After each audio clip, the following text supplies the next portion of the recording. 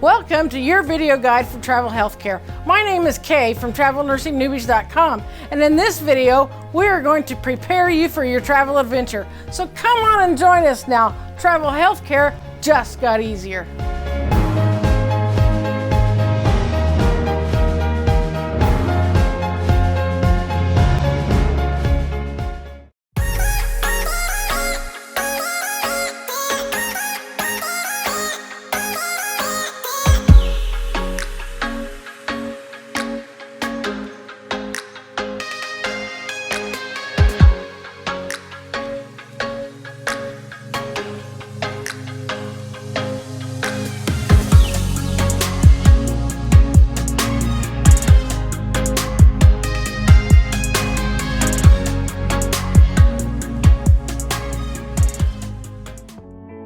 You know, one of the first things that nurses ask me is, when can I go into travel healthcare? Well, number one, you got to graduate from an accredited school. For nurses, you can travel with an ADN. If you're going to the bigger hospitals, a magnet hospital, then a bachelor's is preferred for those. But there's a lot of different things that you can do with either an ADN or a BSN or even an MSN. I graduated with an ADN. We also have a certificate of grad level management that helps me to travel as a house supervisor. You know, during your first year as a nurse, you're really learning the basics. What you learn in school is great, but that's not necessarily what reality is. Different hospitals have different techniques and ways of doing things. There's several different routes to get to the same place. So that first year, you're really learning your basics. Now, during the second year, you really want to concentrate on improving your critical thinking skills. As a travel healthcare professional, you really need to know what you're doing. You have to hit the ground running. You have to be able to stand on your own 2 feet and make your decisions. Not that you can't ask about policies and procedures, but for the most part, you need to know what you are doing and be able to do those things independently. You know, it's very important whenever you are in your first year that you have an excellent preceptor. If you let your preceptor know that you're going into travel nursing, then they can help you work on those skills that you need, your basic nursing skills and your critical thinking skills. So make sure you communicate to your preceptor so that they can help you. And of course, we always encourage you to get 2 years of experience so that you can work on the basic skills and your critical thinking skills. You know, as a travel nurse, you've got to know what you're doing on that floor. A good way to test that is to get a skills checklist for your specific specialty, and whenever you can do 80% of that skills checklist independently, then I feel like you are ready to hit the floor. You're not going to know everything. I've been a nurse for 15 years and I don't know everything. I've known nurses who've been working for 30 to 40 years and they learn something new still. This medical field is changing every day. You know, you need your critical thinking skills also before you are thinking about becoming a travel nurse. You have to be able to think about what's going on with my patient, what can I do to make that situation better, and you need to have enough knowledge that you can talk to a doctor and present that in a way that they'll know exactly what you are talking about. As a new nurse, sometimes you have problems communicating with the physicians.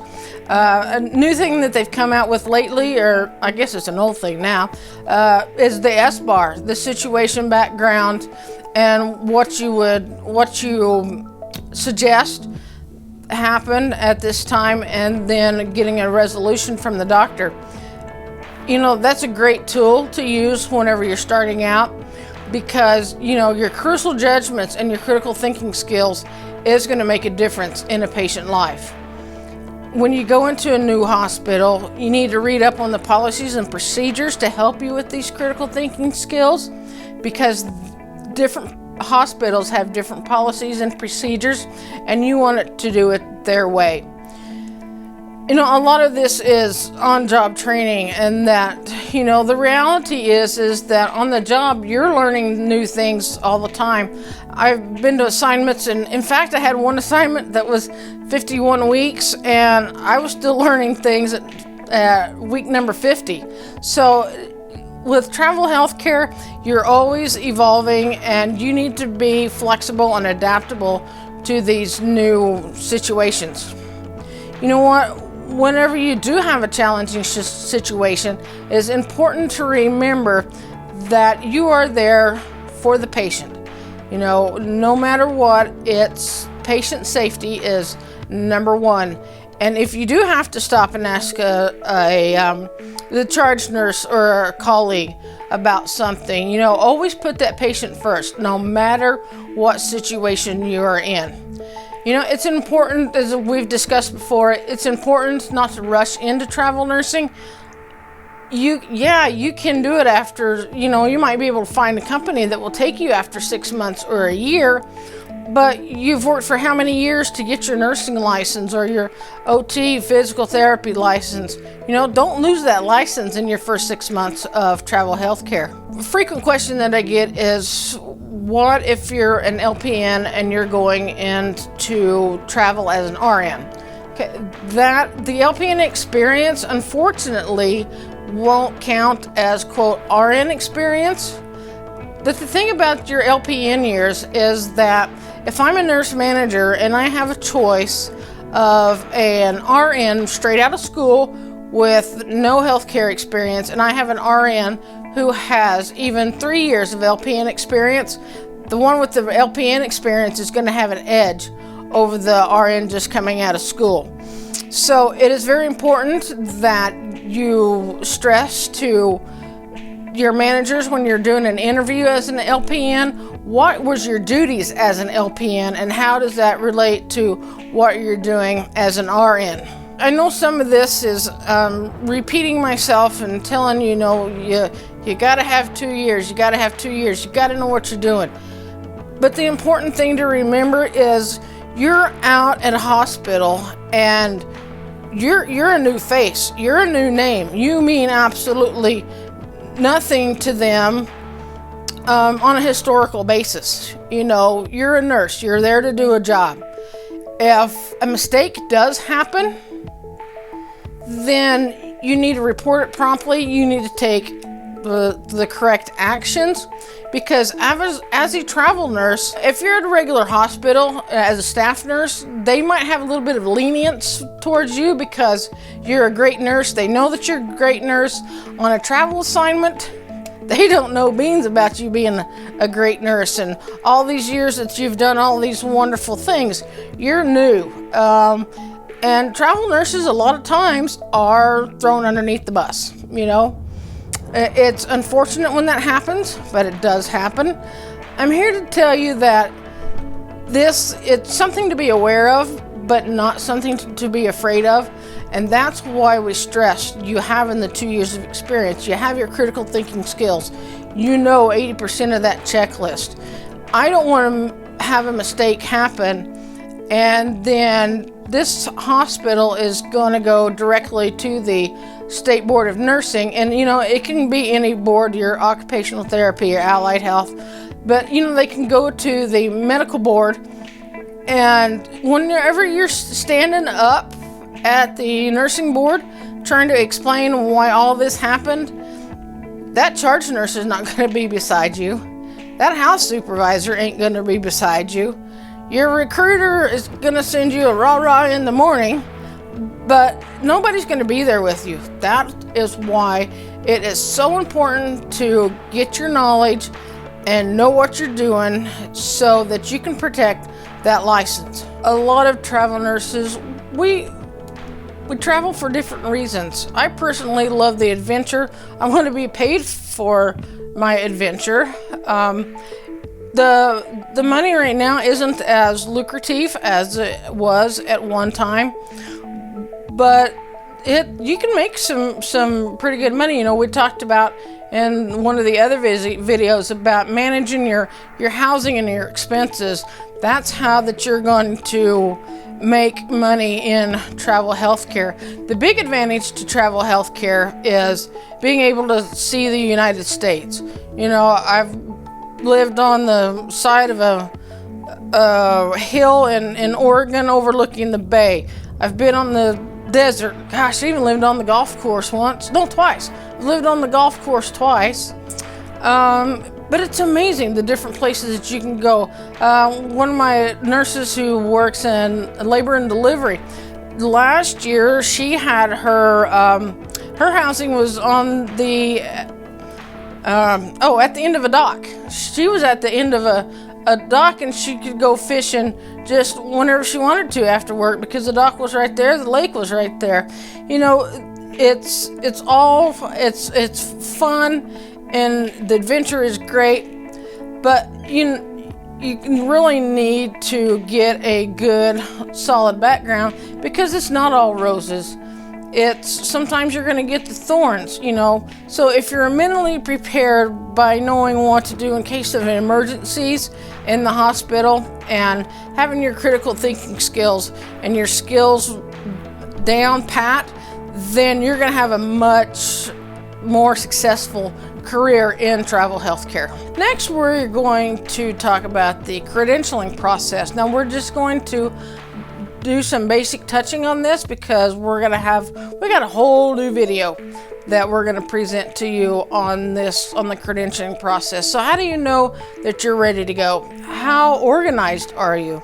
Do you have all your MMRs and your varicella titers and your up to date? What else do they have? Oh, your hepatitis, varicella, your PPDs. Don't be surprised if you have to do PPD over again once you get there. Some hospitals prefer you to have the two-step process.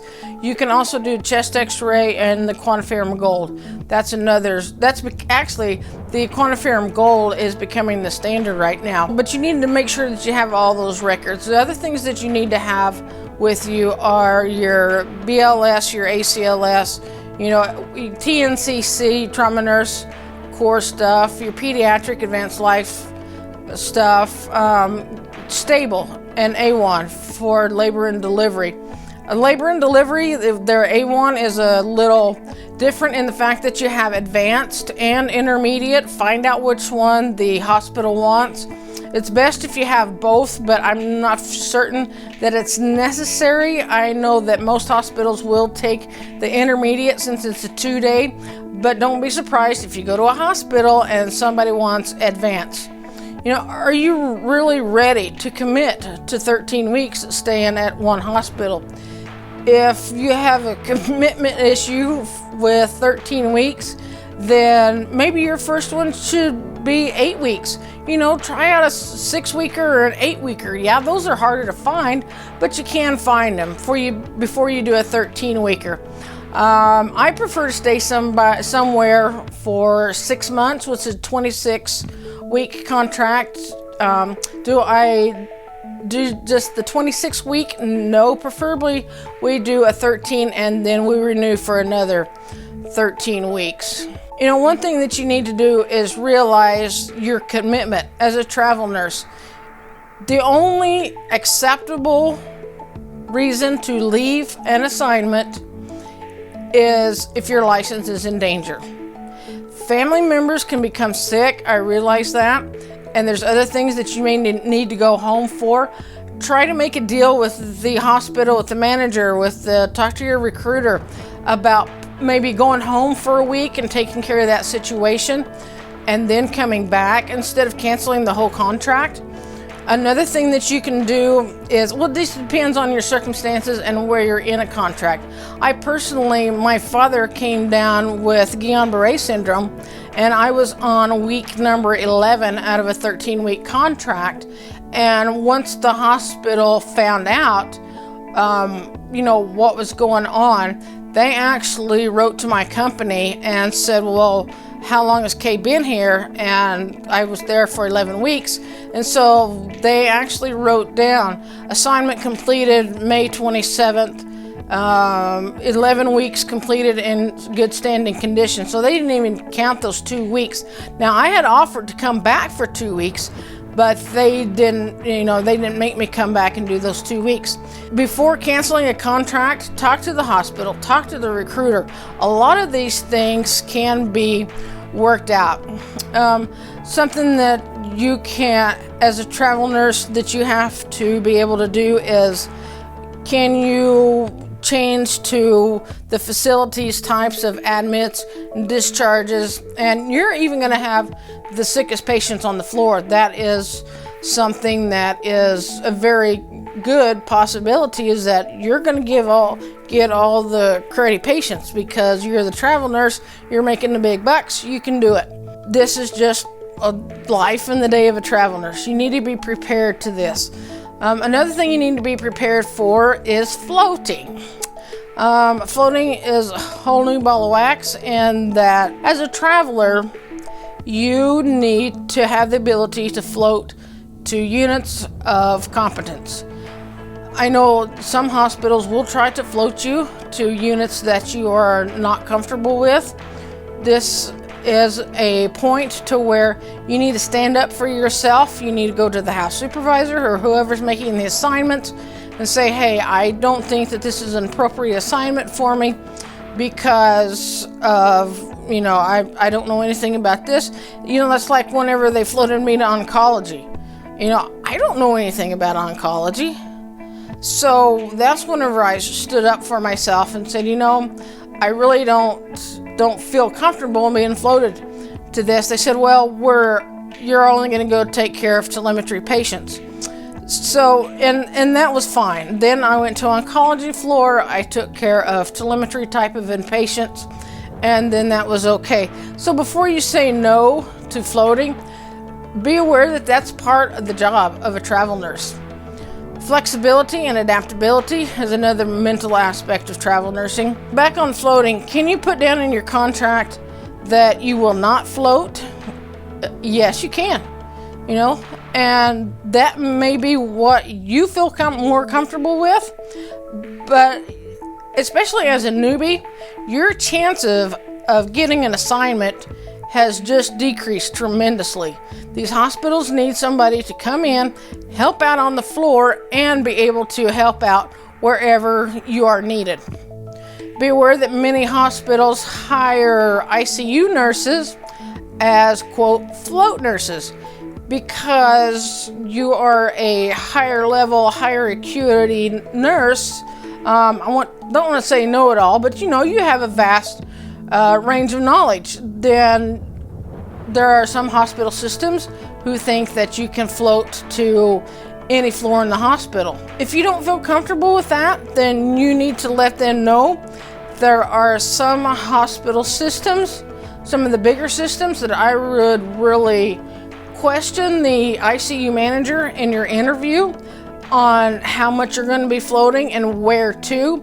If it's step down or telemetry and you have, say 2 or 3 patients, 4 patients at the most, you might consider that. Having you go to a med-surg floor and having 6 to 7 patients, that's borderlining that's dangerous for an ICU nurse, because you're only used to taking care of 2, and on a bad night you may have 3, okay, an occasional 3. But you need to be adaptable and flexible, but don't be adaptable and flexible, but don't be putting your nursing license into danger. Find that fine line in between there.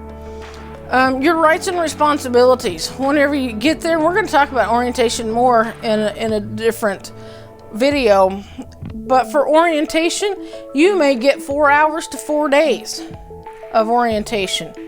I went to work at a hospital in Florida. We had general hospital orientation one day. We had nursing orientation for a day. Then we had a computer class for 2 days.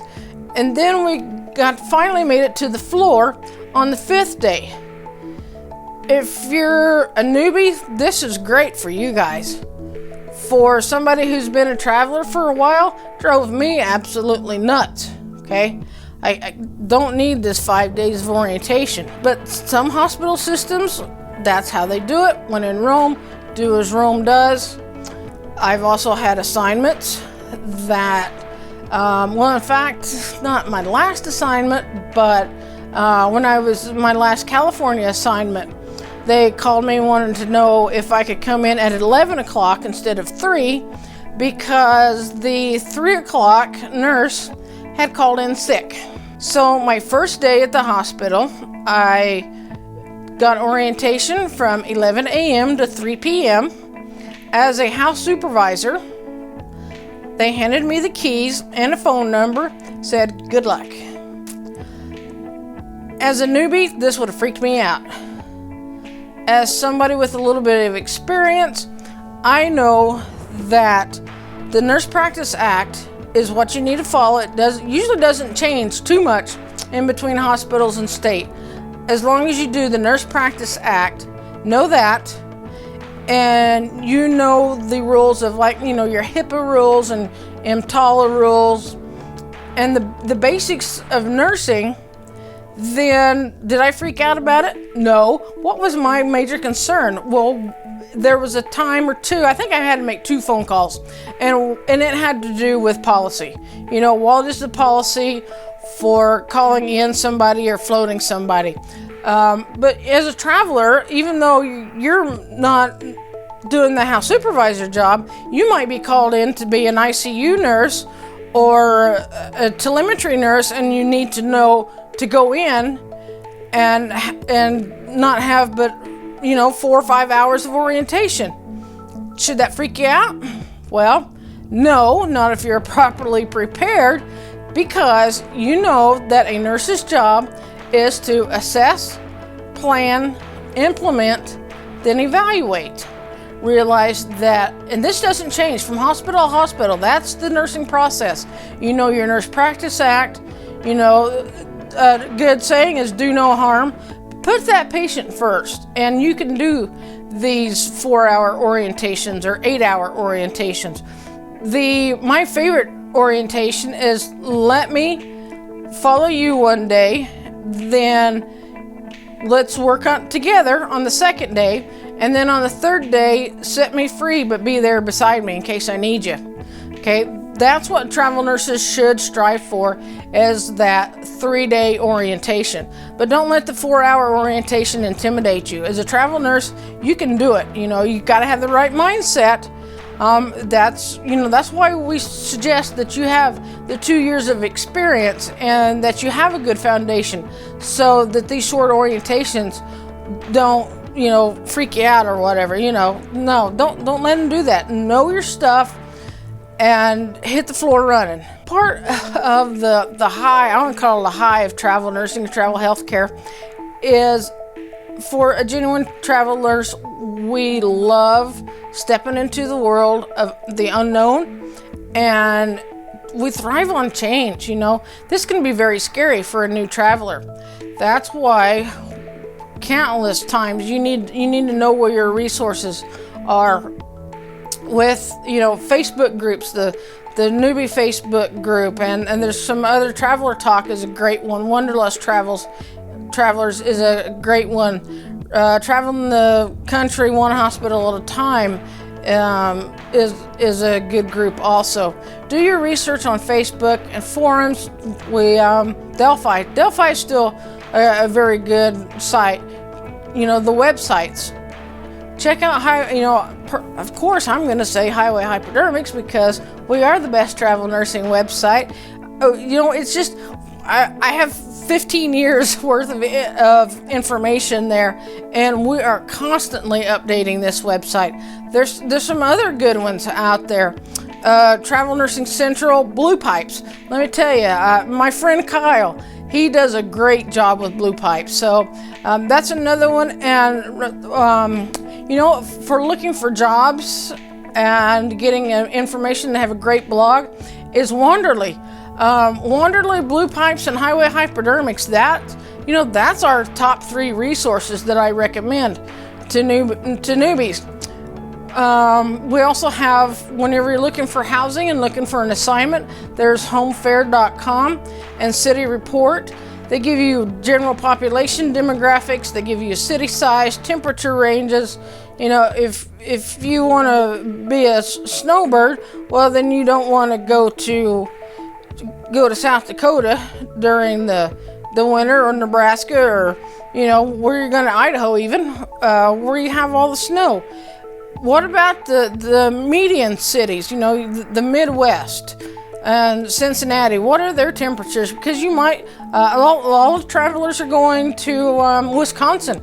Wisconsin now is becoming a really hot spot. So especially for those Midwest and medium states, you know, it gives you the temperature ranges, and whether or not you can look to see whether RV parks are, you know, even if you don't have an RV, look to see if the RV parks are open all year round. Because if you don't want cold, then you don't want a place where the RV parks are closed in the winter, because you know then it's too cold for an RV and it's too cold for you. Do a search on the town that you're going to, in the city, and the hospital. You know, Google it or Bing it or whatever they have now, Yahoo. Do research on these places that you're looking at before you get to the interview. Do your research, know that this is a place. By the time you get to that interview, there should be no reason why you would not accept that contract. Okay? If there is, then you need to inform the interviewer at the very beginning, so that we're not wasting, you know, even the recruiter beforehand, because we don't want to waste the manager's time, we don't want to waste the recruiter's time, and we don't want to waste our time on a place that you don't think is going to be a good fit for you. You know, one of the last variables that we need to look at before embarking on a travel nursing career is, how much stability do you require? Can you tolerate moving around every 3 months? I know people now, we collect so much stuff. And I was watching a show the other day on, Minimalist or something like that. It's like, no, I personally can't do the minimalist thing. Lots of younger people can, which that's great, but I'm just not a minimalist. That's why I have an RV, so that I'm a minimalist in the fact that I can only stick so much stuff in my RV.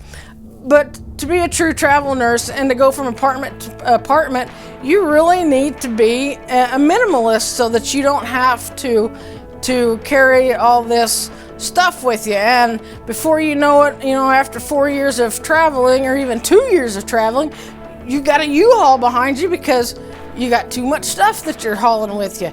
You really need to think about how much stuff do you require as a traveler, because you got to have a U-Haul, and then you just get so much stuff, and then you go home and you take your stuff home, and then you get more stuff, and it's just not a good scenario. That's why people have storage buildings. Do you get bored and want to move around? You know, that's one of my biggest things, is I get bored if I stay in one place for too long. I want to move around. I do like a little stability. That's why 6-month assignments are perfect for me. We do 13 weeks. If we like them, they like us, we stay for another 13 weeks. Love the 6-month contract thing, because that gives me some stability to my instability of being a traveler. There's nothing saying that you can't renew your contracts, or that you have to renew contracts either. So that's up to you in the hospital. And the beautiful thing about being a traveler is that you can stay somewhere for 13 weeks, you can stay somewhere for 26 weeks if it all works out between you and the hospital. If you stay over 364 days, then according to the tax man, you may have a little problem with a tax home. But again, that's a whole new video. And the last thing I want to mention, mental aspect, is your relationship with a recruiter. Why is that a mental thing? If you've seen some of the recruiters that I've seen, it's a mental thing. If you've seen some of the travel nurses I've worked with, I guarantee it's the same way on the other end. The recruiters have had some mental nurses also. You know what? We're a team. We have to be a team. Recruiters can make or break your assignment. recruiters come and go. When I first started travel nursing, I thought it was a recruiter, but it was, I guess this one company had like lead getters. So these lead getters would go out, get the lead, get the nurse, get your paperwork done, and then you would be handed over to a recruiter. When I changed recruiters, it was like, wow, this first one left me, and now I've got to go to somebody else. And that can mentally get to you, especially if you've been doing this for a while and they want you to change recruiters. I was with this company for 5 years, and after about 3 years, my recruiter got promoted to account manager. And I had this other recruiter. It's like, oh my gosh, I do not want another recruiter. Why can't I keep Debbie? I love Debbie. Then they stuck me with Denise. Well, to this day, Denise and I are like the best friends. And we've gone to different places. To this day, last year, we went to a fireworks show together. And even though at that time, I was pretty mentally freaked out about having to change recruiters in the middle of an assignment, but it worked out for the best. As a newbie traveler, you have to understand that changes are going to occur, and it's not the end of the world. You've got to keep on going. If you don't get along with your recruiter, as I talked about before, was that sometimes personalities just don't mix. If you don't mix with the personality of your recruiter, that's why they have recruiter managers. Go to the recruiter manager and tell them that, hey, I'm really not gelling with this recruiter. Can you find me somebody else? I guarantee you that a recruiter manager would much rather have you request another recruiter than to change companies. You're going to think, well, what's that recruiter going to think? Okay, recruiters understand that personalities don't jive, And to tell you the truth, most of the time whenever there's a personality conflict, the recruiter is going to be glad that you requested somebody else, because they also know whenever things aren't working. Travel nursing and travel healthcare can be very stressful at times. But once you get past these stresses, you are going to have the time of your life. Replay this video if you need to. I know I've gone over some things and I've repeated myself, but it is very important that you are mentally ready for the next adventure of your life. This is the greatest adventure that you are ever going to take. I've been doing this for 15 years. You can do it for that long, and it'll go by the blink of your eye. So don't let fear of not being able to handle a travel nursing career stop your dreams. I know you can do it the same way I did. Thank you guys. See you in the next video.